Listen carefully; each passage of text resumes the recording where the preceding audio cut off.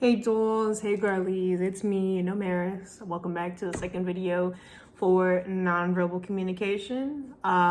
This video we're going to talk about proxemics. I hope I'm saying that correctly.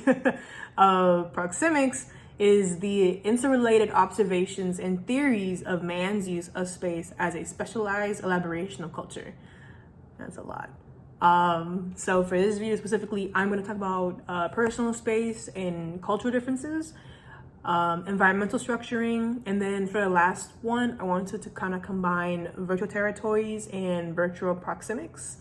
And so let's get right into it. For personal space, in cultural differences, if you may not know, I am Hispanic, I'm Puerto Rican, and I mentioned in my last video how in Hispanic and Latino culture, it's normal for us to be close to each other. You know, we give hugs, we greet and kisses in our culture. And so I've noticed that when it comes to like standing and talking to somebody, Hispanics are like a lot closer to each other compared to non-Hispanic and Latino people. Like, I'll give you an example. I took Spanish. I took Spanish. It was for credit. And I was talking to my professor after class, and she was pretty close to me, and so I was like, yo, in my mind I was like, yo, you're my personal space, I'm gonna back it up a little bit. So I shuffled like a little step back, and then she shuffled forward, and I'm like, Professora, please. You're in my personal space, you're in my personal bubble. And so I like backed up a little bit more, and then eventually I just gave up, and I was like, you know what, if Miss Ma'am's gonna come real close to me, Miss Ma'am's gonna come real close to me. Like, at this point I just accepted it. But you know, that personal space is different. Like, I don't mind people being close to me, but like, you know, at times Miss Rona and COVID, all that, keep you 6 feet, don't get close to me unless you're a friend of mine or family or someone that I know. Like, don't get too close, especially because of COVID. Stay 6 feet away. And so the next one I want to talk about was virtual territories and not virtual, environmental structuring. And with that one, I found interesting because it gave an example of like, if you're in a classroom, like how close are you to your fellow classmates? Like, how is the classroom structured? Like, I know, God, when there was in-person lecturing, like when I would take classes in the chess building, the tables are like in rows, and for the most part, like when I sat, I would sit here, and then I put my backpack next to me, in the chair next to me, or sometimes I'd actually have someone sitting next to me to my left, and then the backpack would be to my right. And that's just how I sat. You know, there wasn't a lot of people in the classroom to begin with, maybe like 20 students. Obviously in times of COVID, that's a lot different now. There's certain limits to how many people you can have. Like, I think for one of my only in-person class, I'm not too close to people. Like, you know, the spaces, you know, because 6 feet apart and stuff like that. But like, I don't think it really changes how lecturing is done. Personally, for me, I don't see any difference. I'm just not as close. I'm not touching elbows, or, you know, I can't like, you know, lean over and whisper to somebody. You know, it's different now in terms of COVID. It's not the same where, like, you know, you could touch somebody or bump somebody by accident because you be, you know, sitting too close to them or something. And so I thought it was pretty interesting. I had never thought about that before, of like where my placement in the classroom impacted, or like, you know, the thought process behind like where I sat, or like how close I was to people. Like, but I really, you know, I just sat down in class. I just sat somewhere that I felt comfortable next to people and stuff like that. And like, I never put really any thought into it. So I thought that was pretty interesting, that people did put thought into it and were like, oh, that's interesting. You know, I wonder what, you know, the classroom structure means and how it affects people. So yeah. And then the last one I want to talk about is virtual territories and virtual proxemics. And so with virtual proxemics, I find it super interesting because I talked about online school. And like, for example, this class is online. I have never met any of my classmates, probably not.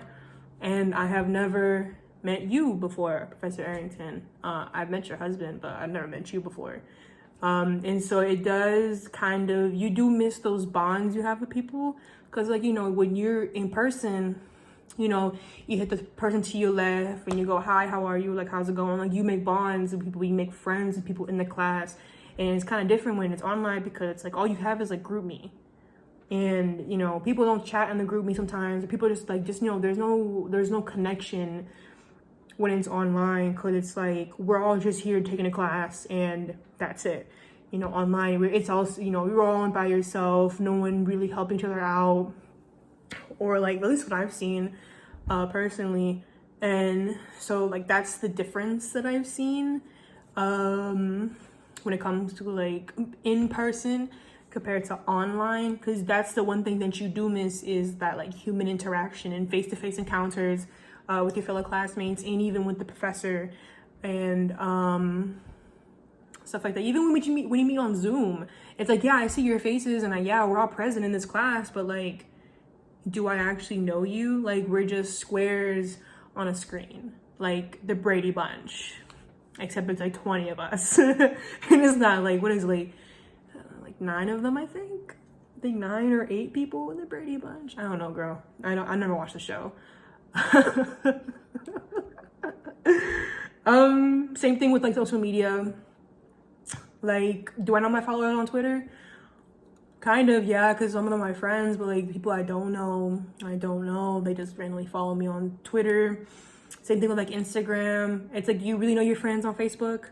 Do you? Most of them I do, but do I know all 866 of them? Who knows?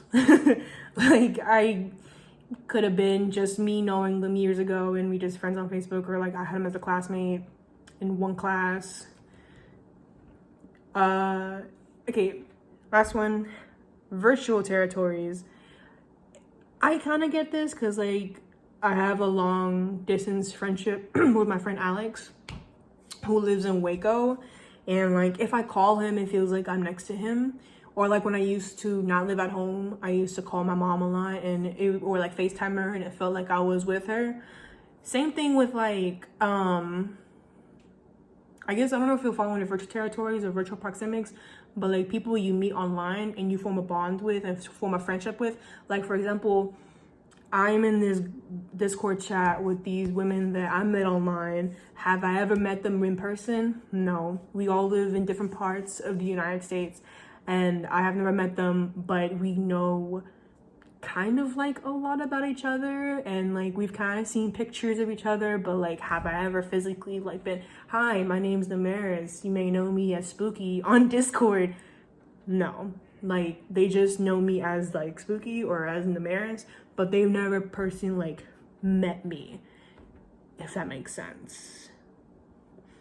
I know online friendships are interesting because it's like you never met the person, but like you feel like you know them and you feel like you've met them in person, and you feel like, you know, you can almost reach out to the screen and like touch them, which is pretty interesting. Anyway, girlies and divas, this is the end of the video because this thing's like almost 9 minutes long. Anyway, it was good seeing you guys again, even though I'm not really like seeing you. And if I don't see you later, have a good morning, good afternoon, good evening, and good night.